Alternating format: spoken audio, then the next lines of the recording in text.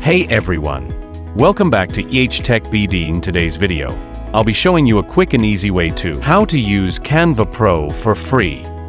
First, go to the Chrome browser search box and type Tingo Bingo Canva Free.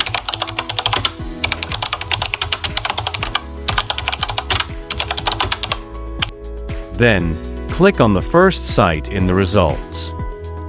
Scroll down the page, and you'll see a download link.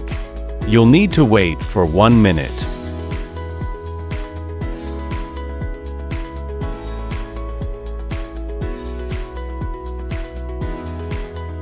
After 1 minute, click on the download link,